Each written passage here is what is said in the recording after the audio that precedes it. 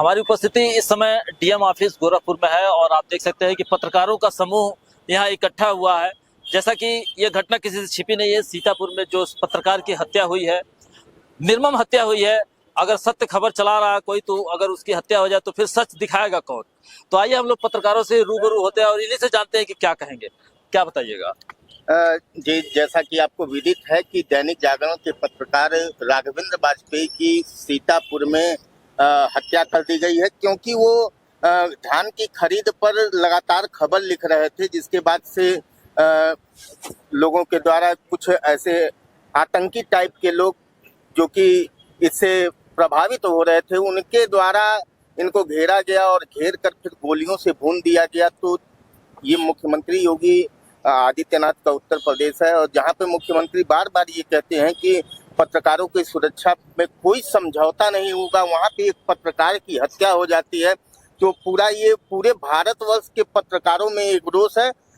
हम लोग पूर्वांचल पत्रकार एसोसिएशन की तरफ से और अपने राष्ट्रीय संगठन के आदेशानुसार हमारे जिला अध्यक्ष अवधेश दुबे जी और हमारे जो तहसील सदर के अध्यक्ष हैं राजेश पांडे जी, और मैं स्वयं सत्येंद्र नागवंशी वरिष्ठ उपाध्यक्ष पूर्वांचल पत्रकार एसोसिएशन तहसील सदर की, साथ साथ सारे जो सदस्य हैं हमारे और जो और पदाधिकारी गण हैं, उनके द्वारा डीएम को ज्ञापन सौंपा गया है और पत्रकारों की सुरक्षा की मांग की गई है।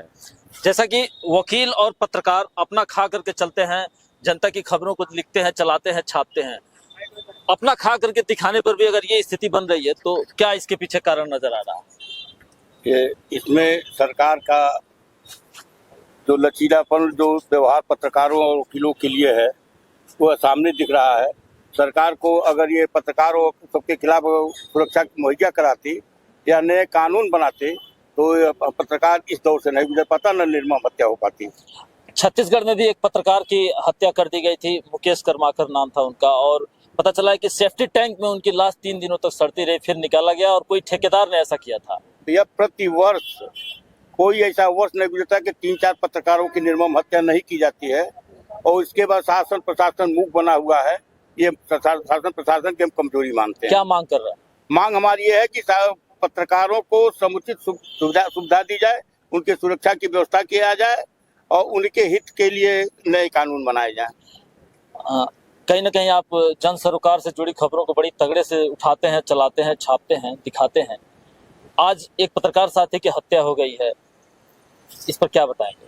देखिए, ये कोई पहला मामला नहीं है कि हरदोई में एक पत्रकार की हत्या हुई।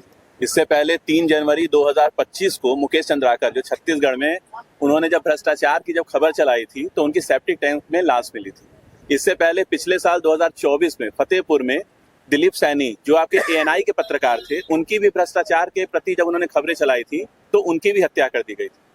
जब आम आदमी हर तरीके से हार जाता है, पीड़ित होता है, और जब कोई भी अधिकारी जब उसकी बात नहीं सुनते हैं, तब वो मीडिया के पास आता है और वो ये चाहता है कि उसकी आवाज को उस मीडिया के द्वारा जो आला अधिकारी हैं, जो जिम्मेदार हैं, उनके कानों तक पहुंचे। लेकिन जब उसी पत्रकार का जब कोई मामला आता है तो जब वो समाज की तरफ देखता है तो समाज भी उसकी कोई मदद नहीं करता है। इसमें थक हार कर वो सिर्फ एक ही व्यक्ति की तरफ देखता है और वो होता है उसका संगठन। अब मैं केवल इतना ही कहना चाहता हूं कि जो भी पत्रकार संगठन है, सारे पत्रकार संगठनों को इसमें एक होना चाहिए और मिलके एक आवाज उठानी चाहिए। साथ ही जेपीए यानी कि जर्नलिस्ट प्रोटेक्शन एक्ट को पास कराने के लिए सबको एकजुट होकर एक लड़ाई लड़नी चाहिए और सरकार को भी इस पे ध्यान देना चाहिए, क्योंकि पत्रकार सिर्फ कलम का सिपाही होता है।